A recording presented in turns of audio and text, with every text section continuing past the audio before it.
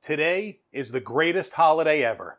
Not Christmas, not Halloween, not even the 4th of July. Today is National Pierogi Day, and we're making 3 different kinds. Stick around.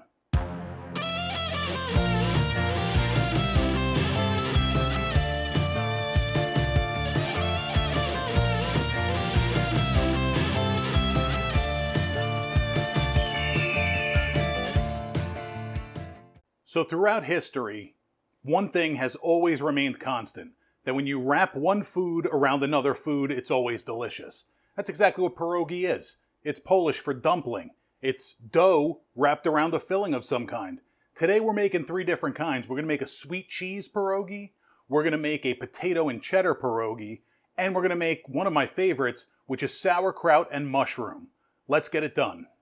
So the very first thing we're going to do is put our potato filling together in a large pot. We're going to put 3 large russet potatoes, crank it on high, put the lid on, let it boil, and let that hot water do its magic. It's going to take a few minutes, patience. Good things take time. Let them boil until they're fully cooked. They're fully cooked when you can stab them with something and it goes all the way to the middle, nice and easy. Once they're done, we're going to transfer these into a bowl. You can use a plate, any sort of flat thing to let them cool down. These need to cool down enough so you can handle them. We have to peel them still, and you don't want them right out of the boiling water. That would hurt a little bit. So while they're cooling down, in a saucepan, we're going to melt 4 tablespoons of butter, and then once it's hot and melty, we're going to add 1 cup of diced onion.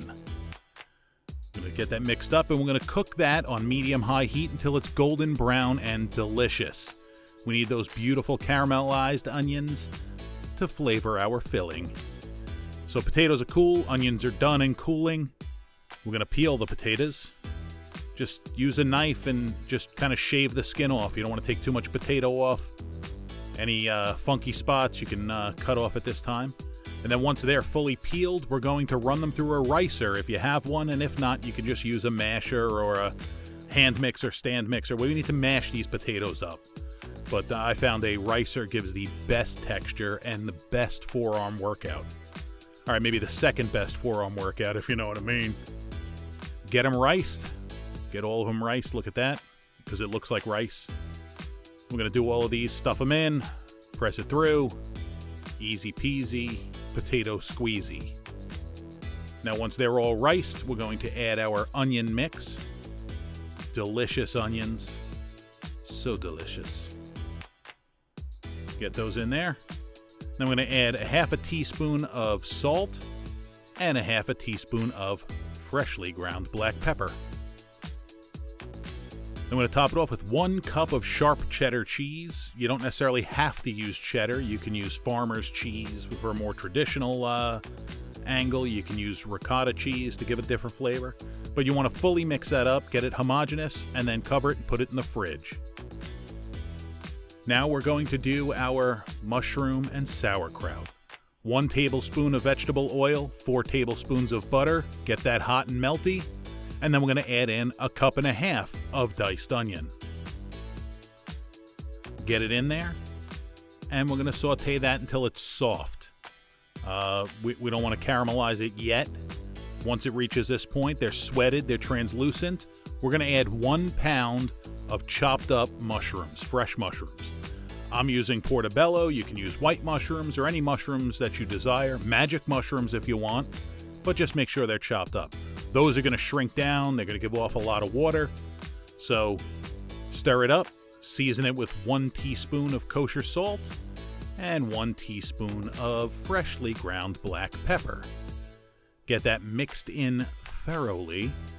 And we're going to cook this at medium to medium-high heat until it's going to get wet and then it's going to get dry. So you'll see it gives off a lot of water and then it kind of evaporates off. And that's what we want. So that's how we're going to cook it. Let it get wet, then let it get dry. While that's cooking, we're going to take a 27-ounce can of sauerkraut. Do not get the Bavarian style with the fennel seeds or the caraway seeds. You want plain sauerkraut. 27-ounce can. We're going to drain it off in a colander, let that drip dry. Now, right before our mushrooms and onions are ready to go, what we're going to do is we're going to take the sauerkraut, squeeze as much excess liquid out as we can. Then we're going to place it onto a cutting board and just run your knife through it at about 1/4 inch or so. You want to chop the strands of sauerkraut up a little bit so they're a little bit smaller and make stuffing the pierogi quite a bit easier. So just one shot each way. Once that's all done and our mushrooms and onions are ready to go, we're going to add our sauerkraut to this mix, and we're going to let that get cooked. So stir it in thoroughly. Again, it's going to get wet, then it's going to get dry. And once it dries out, it's time to pop that back into the strainer and let any excess liquid drain off. That looks nice and cooked. Sauerkraut is a little soft. Our mushrooms are cooked down. Our onions are delicious. Now we're going to transfer that into the strainer and just let any excess liquid kind of just drip out of it. Once this cools down to about room temperature, we're going to put a plastic cover on it and stick it in the fridge. I don't happen to have that on video, but trust me, that's what happens. We want this cool. It's easier to fill pierogi when the filling is cool. Now our cheese pierogi. 250 grams of farmer cheese. If you can't find farmer cheese, which I was unable to, you can use cottage cheese if you drain it and squeeze all the water out. I'm actually using queso fresco, which is a little bit saltier than I'd prefer, but it works. And it's delicious. That's why I just ate that chunk. But you want to kind of break it up. Queso fresco is a cow's milk, semi-soft, crumbly cheese. Once you get it all crumbled, going to add 2 tablespoons of granulated sugar to it. Remember, this is a sweet cheese filling. If you're using farmer cheese, that has a bit of sugar in it. So just add 1 tablespoon, get it mixed, taste it, and if you need to add more, add more. But this with this salty cheese, it needed 2. So 2 tablespoons of sugar, get it all mixed in, and then we're going to add 1 egg to the mix, a whole egg. We're going to stick it in, and then we're going to mix it up till it's going to be like a paste is the consistency it's going to have. Those bigger chunks will break up as we do it. It's going to almost seem too dry, but keep going. You'll get that paste, and that's exactly what we want. Right? Like that. You want a dry filling, so is good. Now, time for our dough. That is 1 cup of water, to which we're going to add 2 eggs. And then we're going to take a whisk, and we're going to beat it like it owes us rent money. So you want to fully incorporate that. The reason why I do it this way, you don't necessarily have to. You can add the water and then add the eggs, or add the eggs and then add the water. It's just easier to put everything together. You don't have to worry about the eggs not being fully mixed into the dough. So this is how I do it, and I suggest you do the same. So in a bowl that's got 4 cups or 480 grams of all-purpose flour and 1 teaspoon of kosher salt, which I didn't get on video, we're going to add half of our egg and water mixture and then start combining it with a fork. And we're going to keep going until it starts incorporating. Then we're going to add the another half, which would be another 1/4 of our egg and water mixture. Keep mixing it with a fork. It's going to start coming together. You want to stir it in the bowl until there's no more loose flour. So it'll incorporate a little further. Then we'll add the remainder of our egg and water mixture in just a moment. But you see how it's a super shaggy, mostly dry dough. That little extra bit of water will finish tightening this up. Get it in there. And then keep mixing. If you find it's still too dry, for whatever reason, you can add another tablespoon of water and go from there. If it's too wet, you can add a tablespoon of flour. But it will be on the drier side at this point, just because that flour needs to hydrate. This is basically an egg fresh pasta, so we're just using all-purpose flour instead of semolina. So that's what's separating us from the Italians at this point. And once your dough is mostly fully mixed, it's starting to pull the stuff off the sides of the bowl. And we're just going to knead it a little bit. Little flour on your board, little flour on your hands. This dough will be slightly sticky, so add a little bit of flour. Once it stops being sticky, you kind of know where you're at. But you want to knead it in. This way everything can hydrate and incorporate. Once you feel it's where it needs to be, you can roll it up in a nice little ball, and then we're going to wrap it in plastic wrap, or you could do what I did and just invert a bowl over it. So just so you don't want it to dry out is what it comes down to. So invert the bowl, let it sit for 10-15 minutes. And then once that has rested, we're going to take it, cut it in half. One half of it you can wrap up in plastic wrap, put it off to the side. You don't want it to dry out, so you can wrap it in the plastic. And then we're going to work with half the dough at a time. So get that wrapped up and out of the way. Now for this, I don't recommend using a French rolling pin. This even-sided rolling pin is the best because you want the entire piece of dough to be an even level. And you want to roll this out till it's about 1/8 of an inch to 1/4 of an inch, kind of in there. I'm not good with the fraction. So between 1/8 and 1/4, yeah. And once you have it to the desired thickness, use a 3-inch or roughly 3-inch biscuit cutter, cookie cutter. You can use the top of a beer glass. This is actually a 3 1/4 inch pastry cutter or biscuit cutter with a handle, so it's easier to use. And just cut them out, and the excess dough that didn't make the cut at this point, you're going to ball back up, wrap it up in plastic, and we can re-roll that in a few minutes. So we'll just do that, ball it up.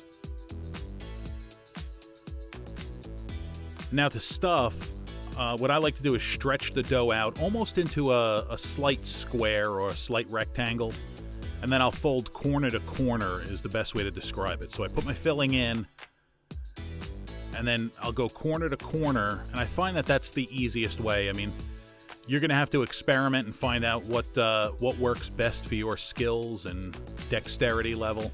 This is what works for me. Once you fold it over and have them tacked together, you want to go back and really pinch it in. You don't need to put egg or water on the seam. Just give it a really solid pinch, and that will seal it up perfectly. Now with this, you got to keep in mind with the sauerkraut, you'll have loose bits, so you got to be very careful about how you handle it while you're filling your pierogi. With the potato and the cheese, it's easier. And same thing, we're just using a small, I think it's a 2 tablespoon scoop. Scoop it in. I'm not going through all of these. I'm not going to show you how to stuff all of them. They're all the same. Put your scoop in. Pinch to tack it closed, and then go back and pinch all the way around that rim. Go back and forth. You want to make sure it's completely sealed, and the best way to do that is to pinch it hard and put a little power behind it. And there we go. Now, once we do this with all of our pierogi, it's time to cook them. And again, all of them not only get stuffed the same way, they get cooked the same way. Get you a pot of boiling water, and we're going to drop them in. They only take about 30 seconds to a minute. You'll see they kind of float up when they're ready to go. They tell you when they're pretty much ready to go. As you're stuffing them, by the way, if you're doing a lot of them, you can just spray down a sheet pan with some cooking spray and put them on there so they don't stick, because this dough will still stay sticky. Now, once they've floated up, we'll take them out, transfer them to a plate or another greased cookie sheet so they don't stick. Do that with all of them, and then we're going to go to our frying pan, because everything fried in butter is delicious. That's about 2 tablespoons of butter. Throw in the pan, get it melted, and once it's fully coated on the bottom and bubbly, we're going to add our pierogi. And we're just going to cook these until they get a nice golden brown on each side. So let it cook. Give it a few minutes. You don't want to burn these. You don't want to get them super dark. You just want to add a little bit of crust and let some of that butter soak into the dough. Just like that. Now you can serve these with sauteed onions. I normally do, but I was kind of pressed for time, so I didn't get a chance to. So I just went the plain sour cream route, which is A-okay. It's still delicious. It's just more delicious with onions. Now once they're done, we're going to plate them up. Like I said, I made 3 different kind, and I like sour cream on all of them. Yes, even the sweet cheese ones. Call me crazy, which I am. But you plate them up nice. Those are so good. They're so pretty. And these aren't incredibly hard to make. It's more time consuming. So more people should make pierogi. couldn't tell, those are the mushroom ones. You could tell that because they're funky looking, because they're the first batch I did. I had to get into the groove of stuffing. And then once they're plated up, we'll dollop with a bit of sour cream. And now it's almost time to shove them in our face hole. These are so good. Definitely check this out. I gotta be honest with you folks, I was somewhat unprepared for this. Somehow it dropped off my calendar. My daughter said last night at dinner, hey, you know tomorrow's National Pierogi Day? And I was like, no, it's not. It didn't show up on my calendar. Well, sure enough, today is. So, mad scramble. I had to run out, get everything, put it together, edit it, and hopefully I got it up on time before the end of the day. Who knows? It's now 1:38 p.m. So, I did my best, but getting the pierogi right was more important. So, let's taste it, shall we? Let's go, see what do we want to do for, you know what, let's start with my personal favorite. Actually, no. We'll start with the potato. Potato. Yummy, yummy, yummy. Sour cream is very important on all of them because it just enhances the flavor.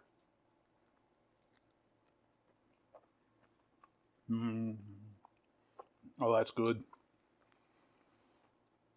That's really good. The onions. The caramelized onions. Just put it way over the top. The sweet cheese are my absolute favorite. We're doing that one last. Here we go. Mushroom and kraut. Yummy, yummy, yummy.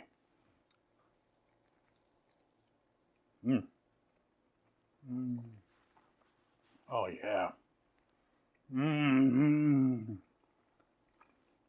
That's ridiculous. The tanginess of the kraut, and the earthiness of the mushroom. Perfect balance. Now you may think it's weird to put sour cream on sweet cheese pierogi, but just trust me on this, it's delicious.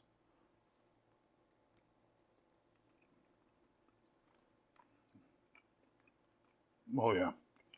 This is dessert. So there you go, folks. 3 different types of pierogies, each one more delicious than the last. Hopefully John Paul over here gets to find his pierogi. I'm going to get going, but I really appreciate you watching. If you like this video, hit the like button. Subscribe if you haven't. If you got something you want to see me make, drop it down in the comments. If you think I suck, drop down in the comments. That's it. Again, thank you so much for watching, and we'll catch you on the next one.